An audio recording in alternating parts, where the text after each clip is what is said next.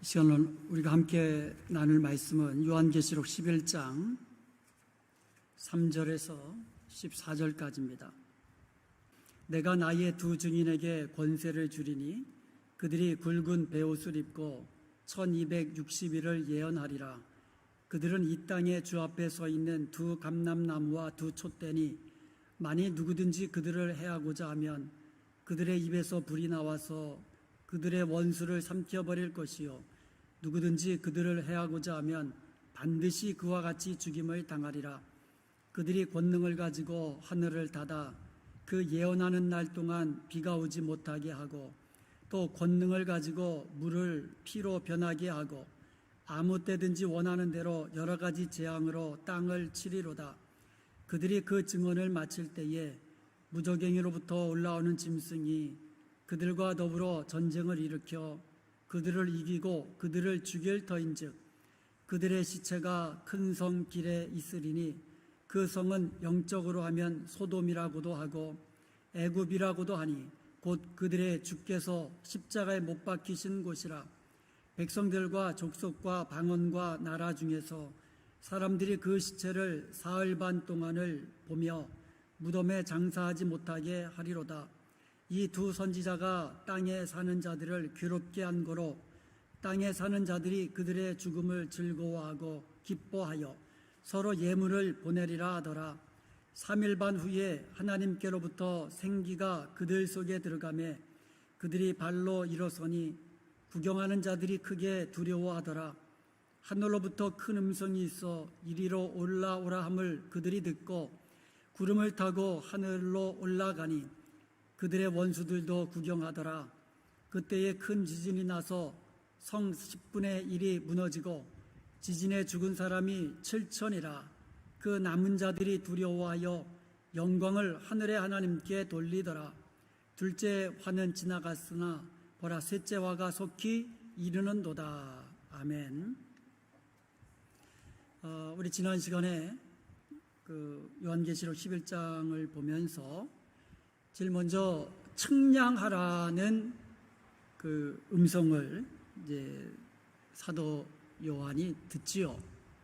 그래가지고 측량을 하는데, 자, 측량하는 곳이 어디입니까? 1절에 보니까 성전과 하나님의 성전과 제단과 그 안에서 경배하는 자들이다 이렇게 되어 있습니다.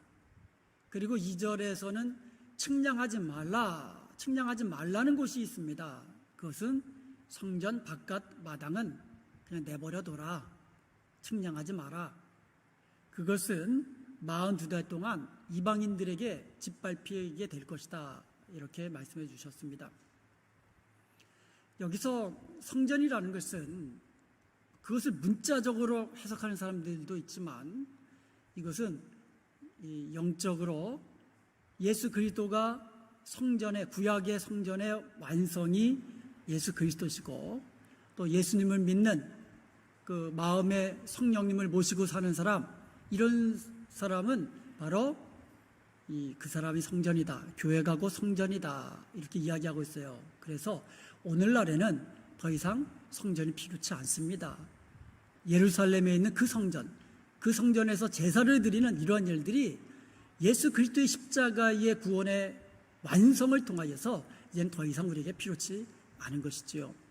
그리고 42달은 그것도 문자적으로 3년 반, 그래서 이 3년 반 동안에 이 사탄과 적그리스도에 의해서 엄청난 핍박을 받고 뭐 이렇게 3년 반 이렇게 해석하는, 문자적으로 해석하는 사람들도 있는데 이것 또한 이 문자적으로 해석하면 곤란한 것이죠. 왜냐하면 3절에 보니까 이제 두 증인이 나옵니다. 이제 본격적으로. 자, 3절을 한번 같이 읽어보겠습니다. 내가 나의 두 증인에게 권세를 주리니 그들이 굵은 베옷을 입고 1260일을 예언하리라. 이 1260일은 두 증인이 하나님께로부터 권세를 받아서, 능력을 받아서 예언하는 기간이 1260일이에요. 42달, 3년 반, 1260일 다 같은 기간입니다. 그러면 두 증인이 마지막 그 큰 대환란 직전 3년 반 동안에만 복음 전합니까? 그것은 아니잖아요. 예수님의 초림 그리고 죽으심과 부활하심으로, 그리고 이제 성령이 이 땅에 임하심으로 교회가 시작됩니다. 그때부터 교회는 땅 끝까지 이르러 주님의 복음을 증거하라는 이와 같은 이 지상 명령을 사명으로 받습니다. 그렇기 때문에 이것을 문자적으로 3년 반, 1260일, 42달 이렇게 보기는 곤란한 것이죠.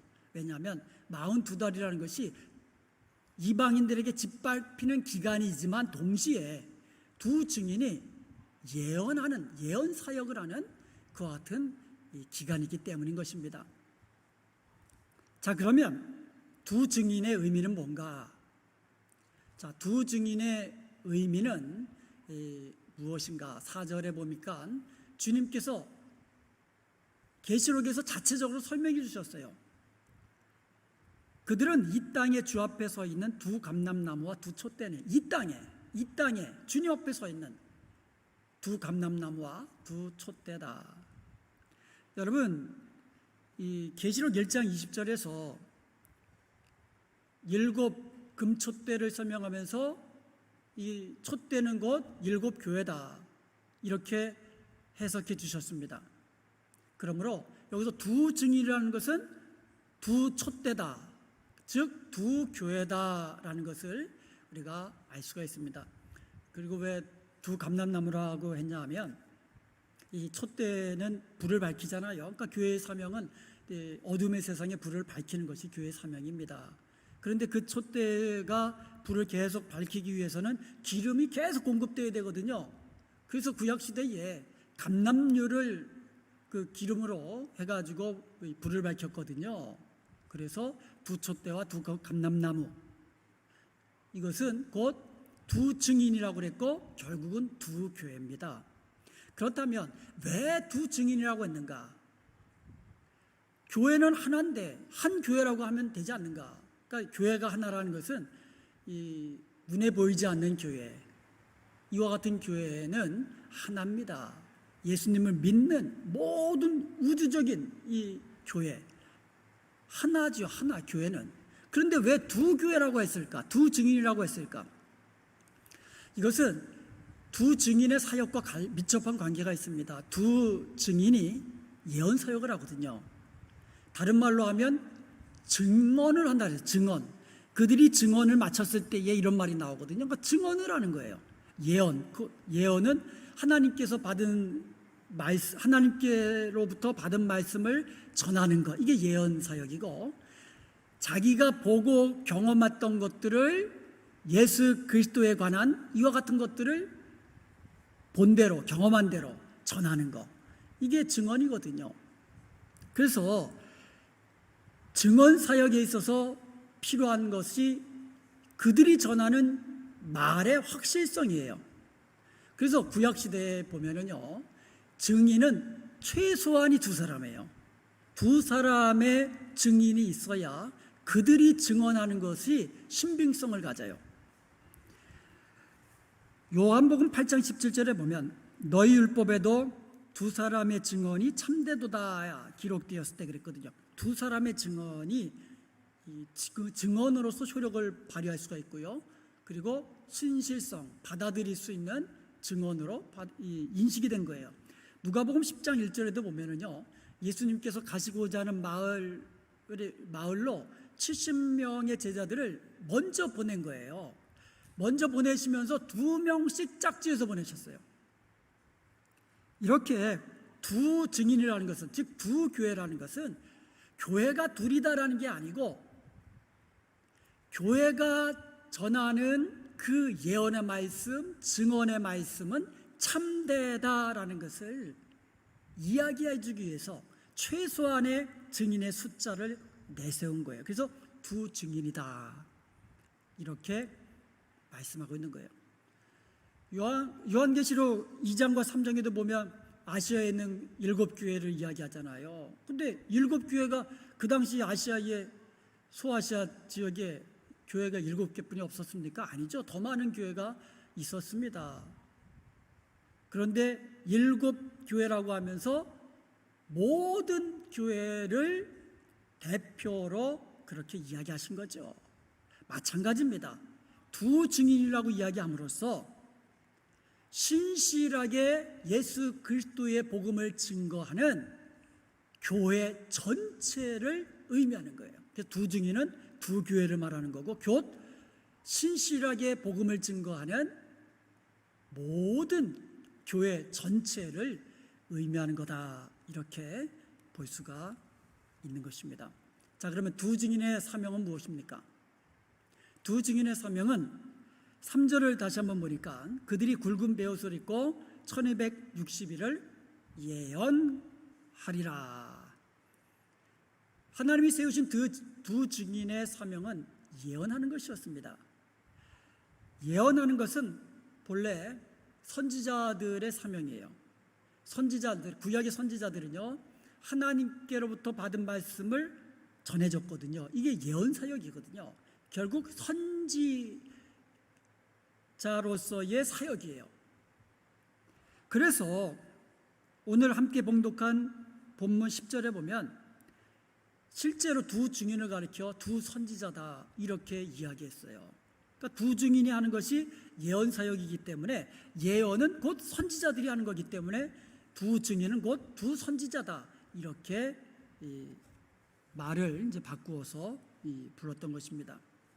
이 마지막 때의 교회의 사명은 분명합니다.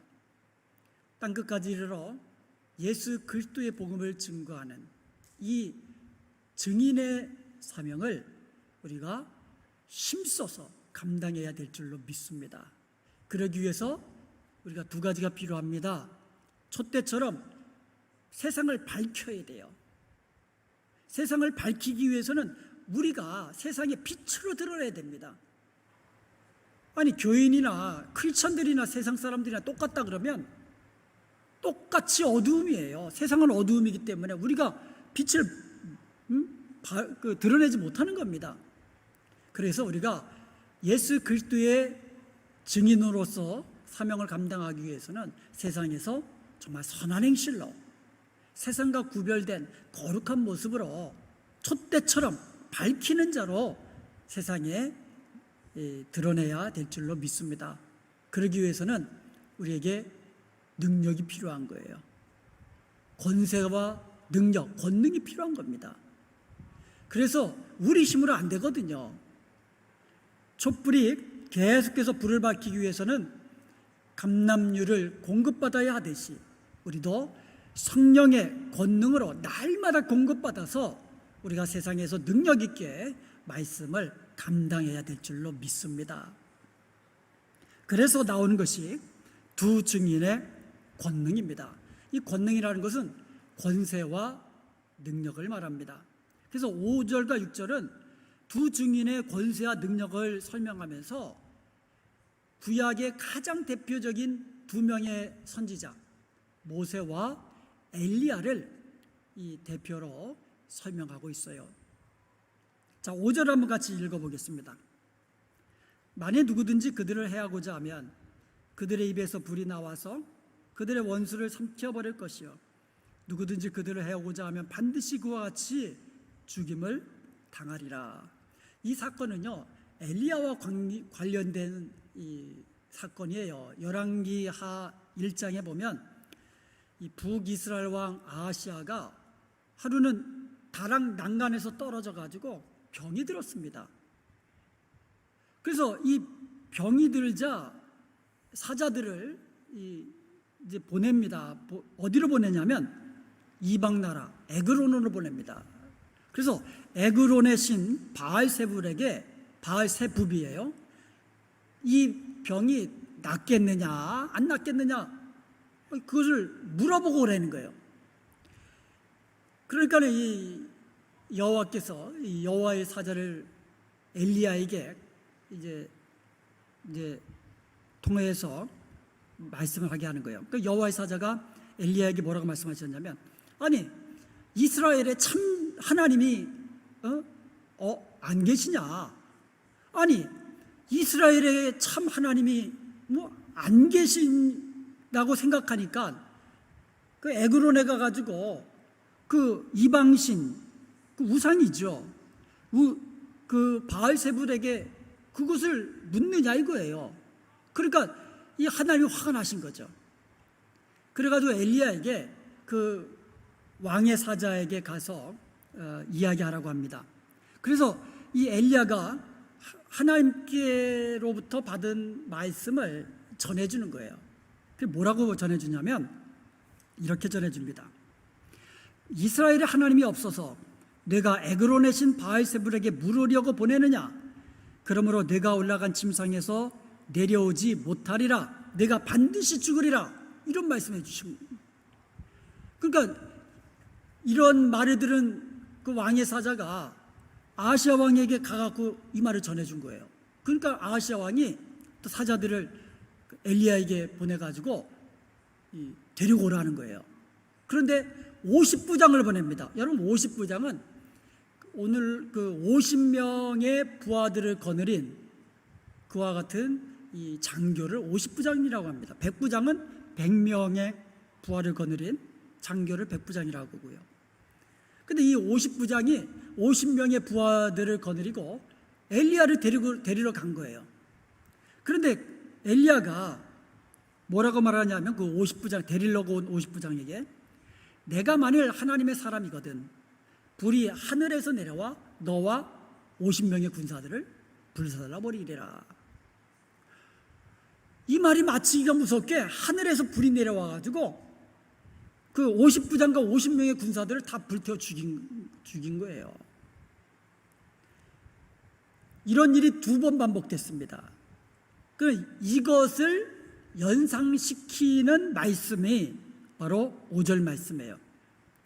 그러므로 두 증인이, 즉 교회가 이 땅에서 복음을 증거할 때에 세상이 핍박하고 사탄과 그 악한 영들이 적그리스도가 잡으려고 하고 죽이려고 한다 할지라도 하나님이 불을 내리셔서 보호해 주신다는 거예요.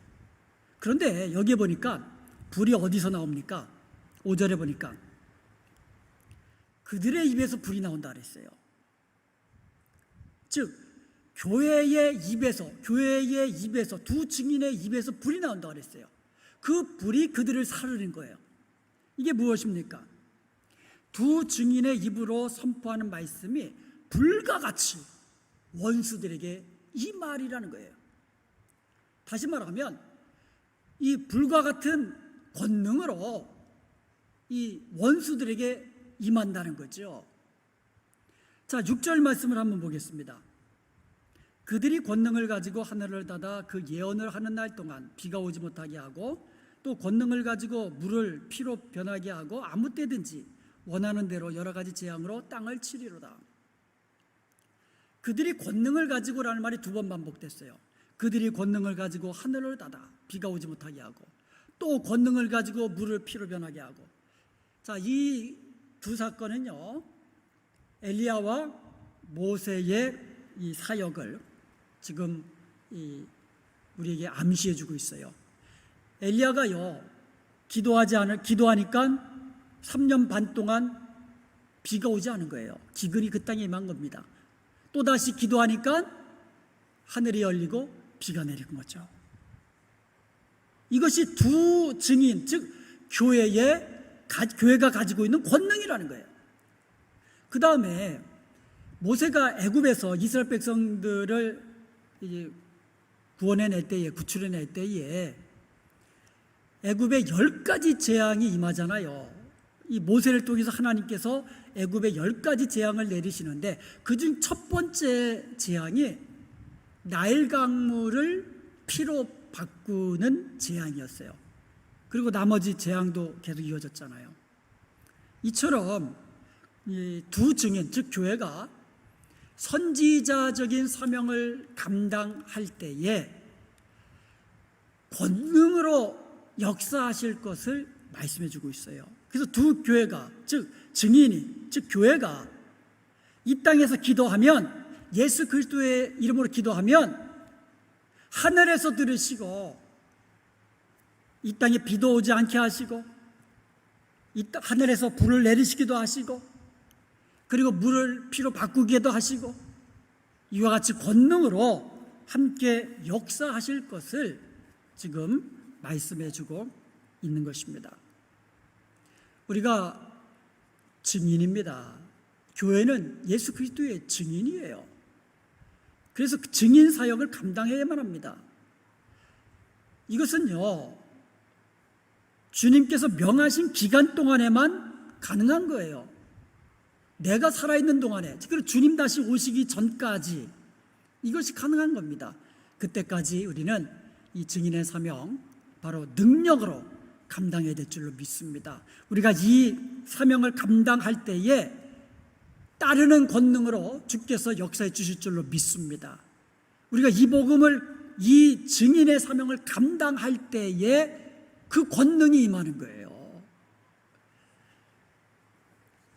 기도가 능력이 나타나고, 병든 자가 일어나고, 귀신들이 내어 쫓기고, 이처럼 우리가 복음을 증거하면서 우리가 필요할 때에 필요한 권능으로 주님께서 역사해 주실 것을 믿습니다.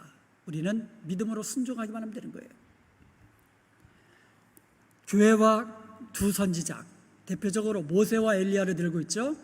교회와 이 두 선지자의 사역이 어떤 점에서 닮은 점이 있을까요? 가장 중요한 것은, 공통점은 강력한 이방 통치자와 또 종교와 적대자, 이것이 공통점으로 있다는 거예요. 모세는요, 애굽의 바로왕, 그 당시 가장 강력한 나라예요. 오늘날의 가장 강력한 나라는 미국이죠.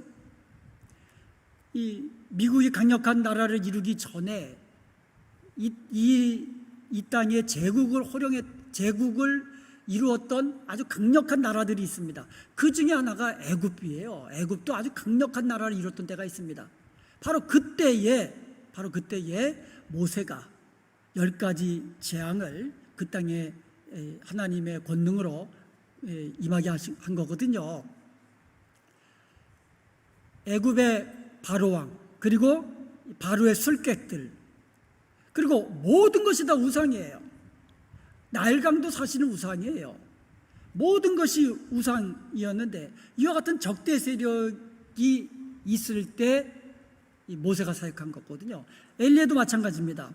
엘리야는요, 바알을 섬기는 아하방, 그리고 그의 악한 부인 이세벨, 그리고 바알과 아사라의 그 선지자들, 그 수많은 그 우상들, 이렇게 적대 세력이 아주 강력할 때에, 또 적대적인 종교가 있을 때에 엘리야가 사역했던 겁니다. 두 증인, 즉 교회도 마찬가지입니다. 오늘날 이 세상, 기독교에 대해서 아주 적대적이잖아요. 모든 것이 정말 이 하나님의 말씀에서 벗어나고 하나님을 대적하는 무리들이 얼마나 많습니까? 그리고 그 세력이 얼마나 강력합니까? 우상은 또 얼마나 많습니까? 이와 같은 이 세상에, 이와 같은 적대 세력이 있는 이 땅에 우리가 증인의 사역을 감당해야 하는 것이 교회다. 바로 그것을 우리에게 알려주고 있습니다. 그래서 두 증인이 결국은 증언 사역을 마치고 순교하게 되는데요. 자, 7절을 한번 보겠습니다.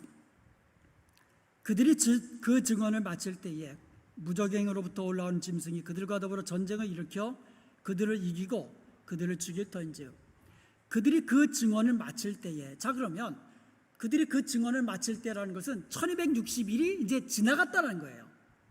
1260일 동안 예언하여야 되리라 증언한 이후에 무적행으로부터 올라오는 짐승이 이제 그들과 더불어 전쟁을 일으킵니다.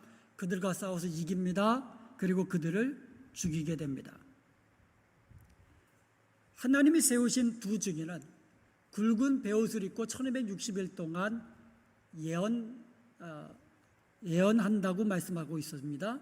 그런데 굵은 베옷이라는 것은, 이 베옷이라는 것은 이 장사 지낼 때 입는 옷이잖아요. 슬플 때.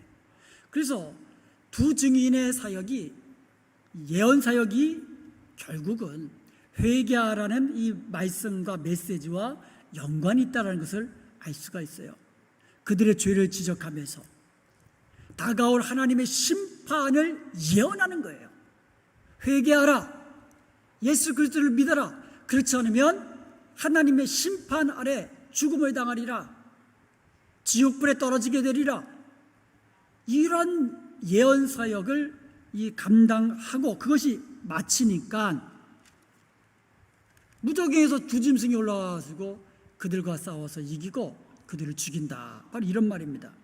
무적행이라는 것은 이 깊은 심연, 바닥, 끝이 없는 바닥, 이 끝없이 깊은 그런 구렁, 이것을 이제 무적행이라고 그랬죠. 신약 성경에 9번 사용되었는데 그 중에 7번이 요한계시록에 나온다고 했습니다. 그래서 이것은 사탄과 그를 따르는 이 귀신의 무리들, 악한 영들의 임시 감옥이라고 이렇게 말씀을 드렸습니다. 무정에서 나오는 짐승이 교회를 대적해서 세 가지를 한다고 했어요. 전쟁을 하고 이기고 죽인다. 여기서 우리가 생각할 것은요, 무저격에서 나온 짐승이 교회의 권능, 교회가 가지고 있는 권세와 능력보다 더 크기 때문에 교회를 이기고 죽인 것은 아니라는 겁니다. 그것은 아니에요. 교회가 가지고 있는 권능은 성령의 권능이거든요. 우리 주님이 주신 권능이거든요. 하늘과 땅의 모든 권세를 가지신 예수 그리스도의 이 권세거든요.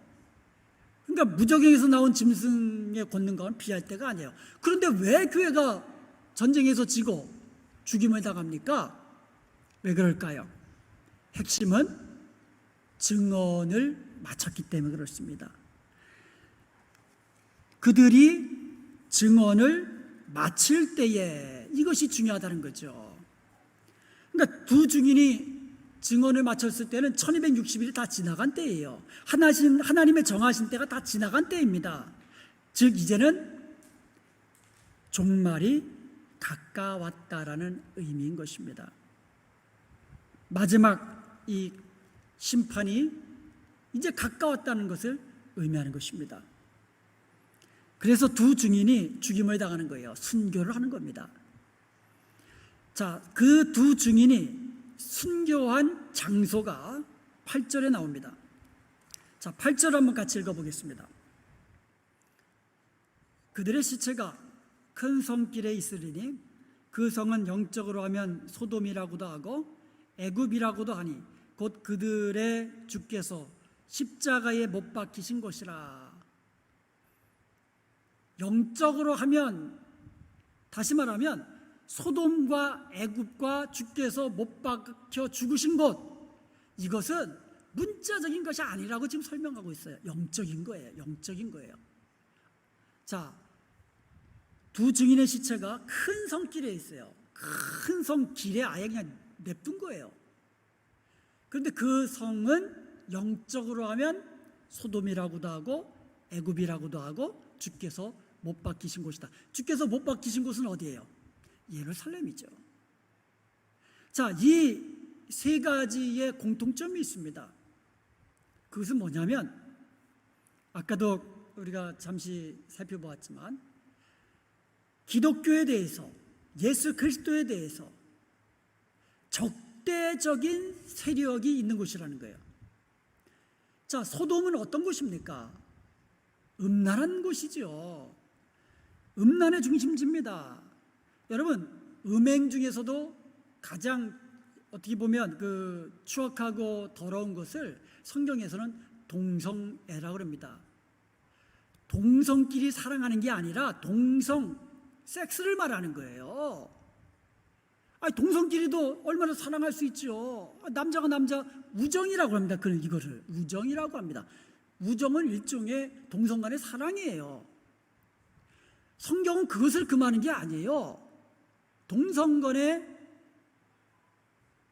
음행, 성행위를 죄라고 이야기하는 거예요. 그리고 그것이 더 나아가면 짐승과의 교합, 아주 하나님은 싫어하시죠. 그래서 이 소돔성이 롯과 같은 의인이 살기에는 부적합한 곳이에요. 그래서 롯과 같은 의인이 괴로워하고 고통당하는 곳이 소돔이라는 곳입니다. 영적으로 하면 그런 곳이라는 거예요. 그리고 애굽은 우상의 중심지입니다. 온갖 우상을 다 숭배했죠. 그래서 애굽은요, 출애굽 시대에 하나님의 의로운 백성인 이스라엘을 핍박했잖아요. 괴롭혔잖아요. 예루살렘, 문자적인 예루살렘이 아니죠. 주님이 못 박히신 것 곧 무엇입니까? 예수 그리스도를 적대시하고 예수 그리스도를 죽였다라는 거죠. 공통점이 있잖아요. 기독교를 핍박하고 방해하고 예수 믿는 사람들을 괴롭히고 죽이고 이러한 세상이라는 거예요. 우리가 복음을 전해야 하는 이 세상은 우리가 복음을 증거할 때 어서 오세요, 웰컴 이게 아니고요. 핍박하고 거부하고 심지어 마지막에는 증언을 마쳤을 때는 무슨 일이 벌어집니까? 죽임을 당하기까지 하는 그와 같은 곳이라는 거예요. 하나님에 대해서 적대적이고 우상을 숭배하고 타락한 이 땅 공통점이 있다는 거예요. 여러분 가면 갈수록 교회에 대해서 적대적인 그와 같은 세력이 나타날 겁니다. 지금 한국도요, 지금 코로나 확산된 거를 전부 다 어디다 뒤집어 쓰고 있어요? 전부 다 교회에다가 뒤집어 쓰고 있어요. 아니 코로나가 확산된 게 어떻게 교회 책임입니까? 아니 자기네끼리는 다 모이고 아니 교회에서만 모입니까? 모든 데서 그냥 극장 가라고 표 팔아놓고 표 막 주고 그리고 더우니까 물놀이하고 그런데 모든 죄를 누구에다 뒤집었어요? 전부 다 교회에다 뒤집어 쓰고 있어요. 기독교에 대해서 아주 적대적인 그 같은 세력들이죠. 한국만이 아니에요. 전 세계적으로 마찬가지입니다. 동성애에 대해서 이야기 못하게 하고 어린아이들에게 동성애를 가르치고 이것은 자연스러운 거라 가르치고 이러한 세상이 오늘날 우리가 복음을 증거해야 하는 그와 같은 이 영적으로 하면 소돔과 같은 것이고 애국과 같은 것이고 예수님이 죽임을 당하신 그러한 곳과 같은 것이 우리가 복음을 증거해야 하는 그러한 세상이다. 이렇게 말씀하고 있습니다. 9절에 보니까 그 시체를 사흘 반 동안 장례를 치르지 못하게 합니다. 사흘 반 동안의 장례를 치르지 못하게 합니다. 그래서 백성들과 족속과 방언과 나라 중에서 사람들이 그 시체를 사흘 반 동안을 보는 거예요. 그러니까 그 시신을 보는 겁니다. 사흘 반 동안. 그래서 장례를 못 치르게 하는 거예요. 자, 두 증인이 증언을 마친 후에 죽임을 당합니다. 죽었지만 장사도 못 치르게 합니다. 아주 수치스러운 부끄러운 죽임을 당한 것 같습니다. 세상의 눈으로 보면. 그런데 그렇지 않아요. 10절에 보니까 이 두 선지자가 땅에 사는 자들을 괴롭게 한 거로 땅에 사는 자들이 그들의 죽음을 즐거워하고 기뻐하며 서로 예물을 보내리라. 이 두 선지자는 좀 전에 말했던 뭐예요? 두 증인이라고 했잖아요. 두 증인을 10절에서는 두 선지자다 이랬거든요. 이게 죽임을 당하고 그 시신이 큰 성 길가에 딱 있으니까 세상 사람들이 그들의 시신을 보고 기뻐하는 거예요. 즐거워하는 겁니다. 그리고 예물을 서로 보내면서 하이파이브도 하고 막 그냥 춤추면서 난리라는 거예요. 왜 그랬겠습니까? 두 증인이 이 땅에서 사역한 것이 예언 사역입니다. 예언이라는 것은 하나님의 말씀을 받아서 전하는 겁니다. 그런데 베옷을 입었다고 그랬습니다. 회개의 메시지, 하나님의 심판의 메시지를 전한 거예요. 그러면서 여러분 그 무저경에서 올라온 짐승은요, 미혹하는 자예요. 속이는 자입니다. 거짓말하는 자입니다. 그래서 온 세상을 미혹시키는 거예요. 그래서 자기를 따르게 하고 적그리스도에게 절하게 하고 짐승에게 절하게 하고 그런데 그것을 그와 같은 세상을 미혹하게 하는데 가장 방해가 되는 자들이 누굽니까? 두 증인이에요. 두 증인이 복음을 증거함으로써 적그리스도의 사역을 완전히 그리고 복음을 증거함으로써 사람들을 주님께로 오게 하고 구원의 길로 오게 하고, 그러니까 적그리스도와 무저경에서 나온 짐승들의 이게 볼 때에는 아주 이거는 꼭 죽여야 될 그 같은 원수거든요. 그런데 죽었잖아요. 얼마나 기뻐요. 얼마나 즐겁습니까? 예물을 교환하면서 즐거워하는 겁니다. 거기다가 두 증인의 입에서 뭐가 나온다 그랬어요? 불이 나온다 그랬어요. 두 증인의 입에서 나온 불이 그들의 원수를 삼켜버렸다고 했어요. 그러니까 육체적으로도 괴로운 거예요. 여러분, 그 심판은요, 하나님의 심판, 이 계시록에 나오는 하나님의 심판은요, 사탄을 따르는 짐승을 경배하는 자들에게 나타나는 거예요. 하나님의 인을 받은 사람들은 하나님께서 지키시고 보호하신다 그랬어요. 두 증인도 마찬가지예요. 그 엘리야가 그 하늘에서 내려온 이 불로서 오히려 보호받은 거잖아요. 마찬가지로 이 불이라는 것이 두 증인의 입장에서는 보호하는 불이 되고, 그 원수들의 입장에서 보면 그들을 심판하는 불이 되는 거거든요. 그러니까 그 두 증인이 죽으니까 너무 마음이 좋은 거예요. 원수들의 입장에서 보니까. 그러니까 즐거워하면서 예물을 보내는 겁니다. 여러분, 교회가 안 되고 교회가 망하고 교회가 문을 닫으면 좋아하는 무리들이 있다라는 거예요. 춤추며 기뻐하는 무리들이 있다는 거예요. 누가? 소돔, 애굽, 주님을 못 박은 무리들. 그런 이 세상 사람은, 무저기에서 나온 짐승과 그들을 따르는 무리들은 교회가 잘 안 될 때에 아주 즐거워합니다. 아주 기뻐합니다. 교회가 잘 안 되는데 그것을 안타까워해야지. 그것을 기뻐하는 사람은 그것은 이 하나님의 사람이 아니라는 증거입니다. 자, 두 증인이 죽었을 때에 세상 사람들은 기뻐하고 즐거워하고 예물을 보내면서 서로 축하했다 그랬어요. 이 이야기는 다른 말로 하면 무슨 뜻입니까?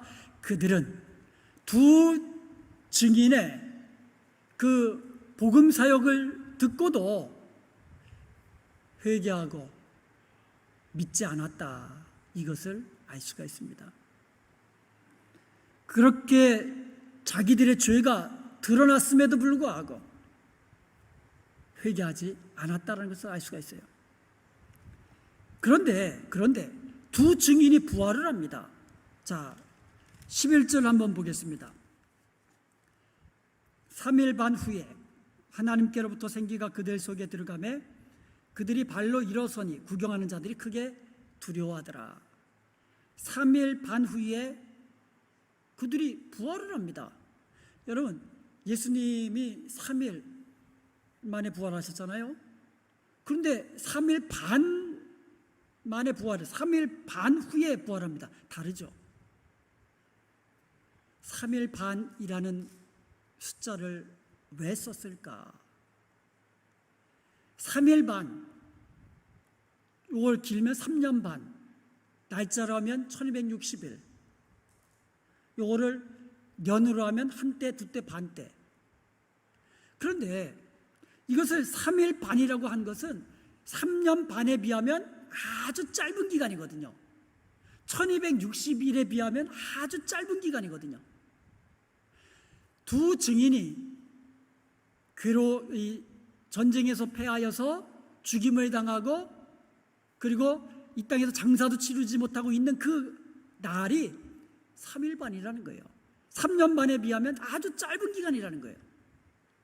다시 말씀드리면 교회가 이 땅에서 패배를 당한 것 같고 핍박 속에서 고통당하는 것 같고 죽임을 당하는 것 같고 교회의 문들이 막 폐쇄당하고 교회가 불살라지고 믿는 자들이 죽임을 당하고 이것이 아주 이런 일이 있을 거지만 아주 짧은 기간이라는 거예요.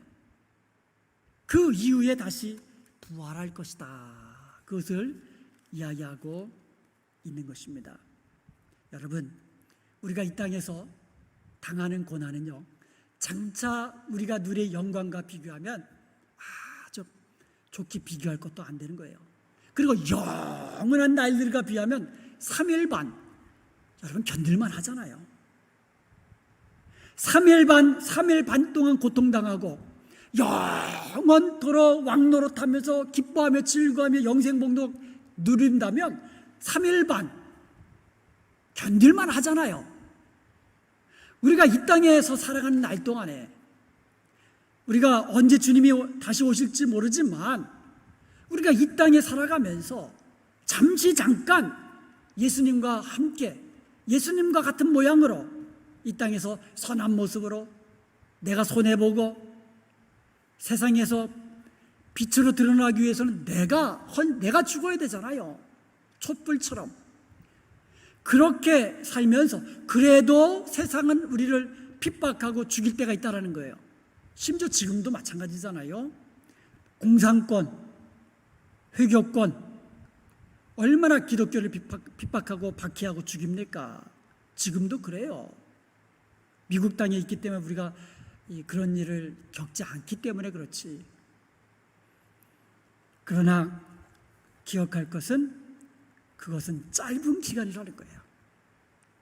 만약에 그런 일이 우리에게 찾아온다 할지라도 우리는 견뎌야 됩니다. 믿음으로 승리해야만 합니다. 예수 그리스도 이름을 배반하지 말아야만 합니다. 죽도록 충성해야만 합니다. 그러면 우리에게 생명의 면류관이 주어질 줄로 믿습니다. 그것을 우리에게 보여주고 있는 것입니다. 12절에 보니까 하늘에서 이제 음성이 납니다. 하늘로부터 큰 음성이 있어 이리로 올라오라 함을 듣고 그들이 듣고 구름을 타고 하늘로 올라가니 그들의 원수들도 구경하더라. 이것도 문자적으로 해석하면 안 돼요.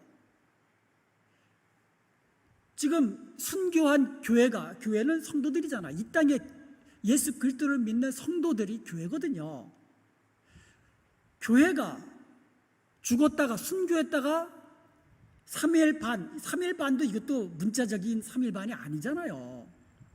그런데 그들이 눈에서 지금 하늘로 막 올라가는 거 이것도 그러면 문자적으로 해석하면 안 되죠. 이것만 문자적으로 해석하면 어떻게 합니까? 즉 예수 그리스도의 죽음과 부활을 통하여 이루신 그 그리스도의 승리에 순교자들이 동참하는 것으로 우리는 해석해야 된다는 거예요. 부활의 영광, 예수 그리스도의 영광에 우리도 동참하게 되는 거예요. 부활하여서 우리 주님 앞에서 영원토록 영광스러운 면류관을 받고 영생복락 누리게 될 것을 이것을 지금 보여주고 있는 거예요. 이렇게 두 증인이 증언 사역을 마치고 이제 다시 한번 이 부활하는 것을 이 세상 사람들이 보고 즉 예수 그리스도를 믿는 성도들이 영광스러운 그 모습으로 우리 주님 앞에 서게 되는 것을 우리가 하나님 나라의 그 광경에서는 다 이게 그렇게 되어지는 것이 하나님 나라의 관점에서는 보이는 거거든요. 이것이 이 두 증인의 사역의 이 사역을 마친 그 두 증인의 모습이고 그리고 13절에 놀라운 반전이 일어납니다. 그때에 큰 지진이 나서 성 10분의 1이 무너지고 지진에 죽은 사람이 7천이라 그 남은 자들이 두려워하여 영광을 하늘의 하나님께 돌리더라. 이제 대환란, 큰 환란이 임하는데 큰 지진이 막 일어나는 거예요. 이 막 성들이 무너져 내리는 겁니다. 그래서 그 지진에 죽은 사람이 7천이라 이렇게 되어 있어요. 여러분, 왜 7천일까요? 이 7천이라는 것도 또 이것도 문자적으로 해석하면 안 되죠. 7천 명만 죽었습니까? 어떻게 큰 진진이 났는데 7천 명만 죽을 수 있습니까? 더 죽죠. 7천이라는 말은 7 곱하기 1000입니다. 7 완전수죠. 그리고 1000은 많다는 거, 14만 4천에서 이야기했지만 1000은 많은 수를 의미하는 거예요. 많은 수. 특별히 10은 사람의 완전수고 10이 3번 거듭 곱해지면 1000이 되는 거예요. 그래서 1000이라 그러면은 문자적인 1000이 아니라 많은 숫자를 1000이라고 이야기하는 거예요. 7 완전수. 그러니까 7000이라는 말은 하나님이 정하신 숫자라는 거예요. 많은 숫자인데 하나님이, 그것도 이 기간과 모든 것은 하나님의 주권 아래 있잖아요. 그래서 하여간 많은 사람들이 그 지진에 죽습니다. 하나님의 심판의 결과지요. 두 증인을 핍박한 이 세상의 마지막 모습이지요. 그런데 그러한 모습을 보고 그 남은 자들이 두려워하여 영광을 하늘의 하나님께 돌리더라. 7천이나 되는 사람, 그러니까 많은 사람들이 죽어나가는 것을 보고 그 남은 자들이 교회에 그 증거했던 그 모습들, 그 말씀들을 생각하면서 하나님께 영광 돌리면서 하나님을 경외하면서 주께로 돌아오는 역사가 있게 되리라. 바로 그것을 이야기하고 있습니다. 계시록 9장 20절에 보면 나팔 심판 후에 사람들이 회개하지 않았습니다. 그런데 계시록 11장 13절에 보니까 두 증인의 증언이 참되다는 사실을 보고 난 후에 남은 자들이 회개하고 하나님께 영광을 돌리는, 구원에 이르는 이와 같은 일들이 벌어졌습니다. 여러분, 오늘날 우리가 이 복음을 증거해야 되는 이 세상은요, 소돔과 같은 곳이고 애국과 같은 곳이고 주님을 못 박아 죽였던 그런 곳입니다. 기독교에 대해서, 하나님에 대해서, 예수 그리스도에 대해서 아주 적대적인 곳이고요, 우상을 숭배하고 음란하고 타락한 그런 세대입니다. 이러한 세상에 예수 그리스도의 복음을 증거해야 되는 것이 우리 교회의, 저와 여러분의 사명인 것을 기억해야만 합니다. 우리가 이 사명을 죽도록 충성하면서 감당하기만 한다면 성령께서 큰 권능으로 우리에게 역사하셔서 우리의 이 말씀 사역이, 증언 사역이 힘있게 이루어지도록 역사해 주실 것입니다. 예언은 하나님께로부터 받은 말씀을 증거하는 거예요.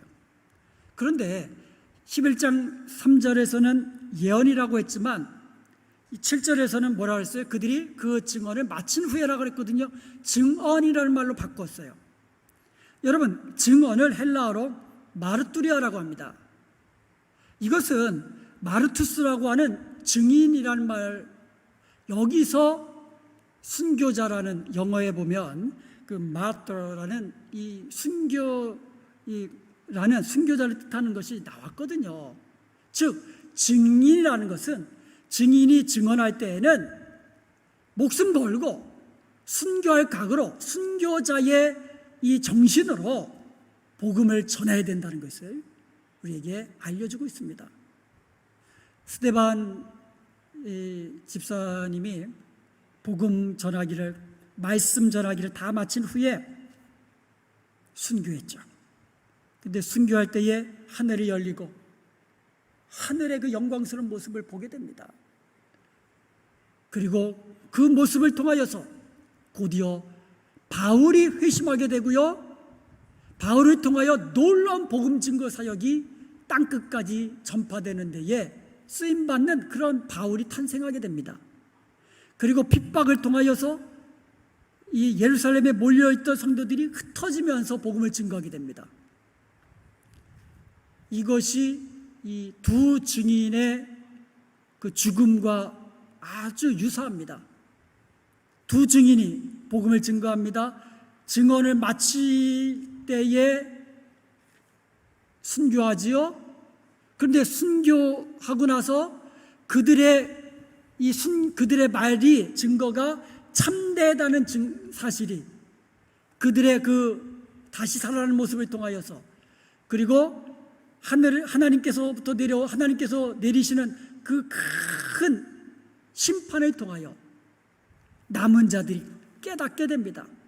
그래서 남은 자들이 회개하고 주님께로 돌아오는, 하나님께 영광을 돌리는 그 같은 역사가 일어나게 된다는 것이지요.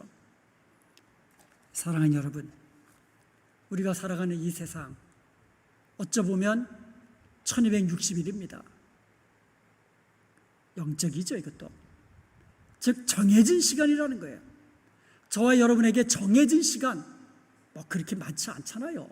우리가 복음 전해야 할 이 날들이 얼마나 되겠습니까? 그때까지 우리는 순교자의 정신으로 복음을 증거합시다. 복음을 증거합시다. 주님께서 주신 권능으로 복음을 증거하십시다. 저와 여러분의 복음 증거를 통하여서 많은 사람들이 주님께로 돌아와 주님께 영광 돌리는 것을 우리가 보게만 된다면 천국에서도 즐거워하고 기뻐하는 주님의 모습을 보게 될 것입니다. 이런 사명 잘 감당하는 저와 여러분, 우리 교회가 될 수 있기를 주님의 이름으로 축원드립니다.